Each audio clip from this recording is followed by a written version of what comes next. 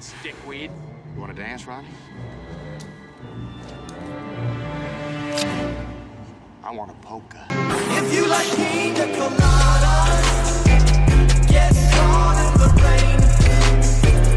If you're not into yoga, if you have half a brain, if you like making love at midnight in the dunes of the cave.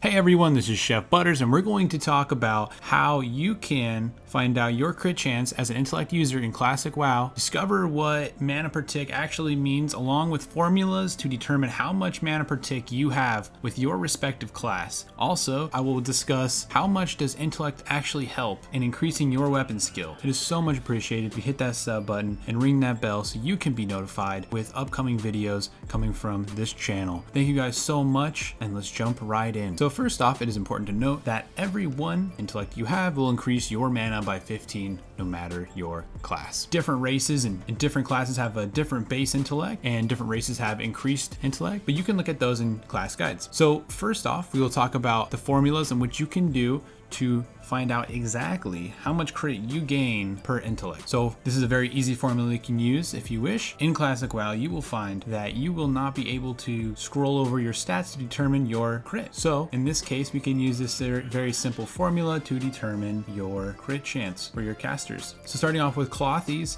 for example, to use this formula, it's very easy. As a mage, you will do 0.0169 multiplied by your intellect plus 3.16, and that will determine your crit chance. And you'll use this same type of method through each class, but each class has a different formula. So look carefully for your respective class and use that formula to determine your crit. Now going on to talking about how weapon skill actually gets increased by intellect, the short answer is we don't know, and we don't know the exact numbers. However, we can start to make good guesses based on some information that we have from Burning Crusade and things like that. So using the information that we have gathered and talking to a friend named Iraq, who is a great theory crafter, and he's too shy to come out and show his stuff, but maybe one day he'll have a YouTube channel, and when he does, I will post it. He's been helping me out a lot with this information. He has helped me immensely trying to figure out this information and doing some calculations. Like I said, this is all theory based, but we have a pretty decent idea on how much intellect will affect your weapon skill. So what I would say is, looking at the information we've gathered, if you could possibly get about 75 intellect as a warrior leveling, you might actually be able to increase your weapon skill gaining by maybe anywhere between ×2 to ×3 the normal amount of not having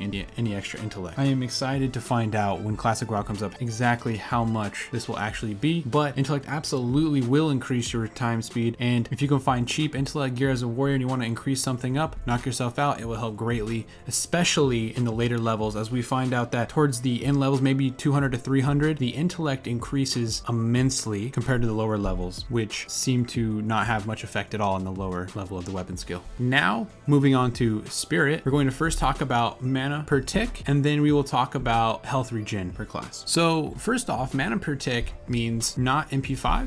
MP5 is different. Mana per tick is every 2 seconds you get a tick of your mana. Now you can determine this using these formulas. A priest who has the best mana per tick in the game, to figure out your mana per tick as a priest, you will use 0.25 multiplied by your spirit plus 12, and that will determine your mana per tick. And for mages, it's a little different. It's 0.2 multiplied by your spirit plus 25% to determine your mana per tick. And they actually have the second best mana per tick. So here's the list of the rest of those formulas. So finding out health regen per class is very easy, and you can use a formula for that. But really quickly, as a quick little tip for everybody, if you sit down, your health regen increases by 50%.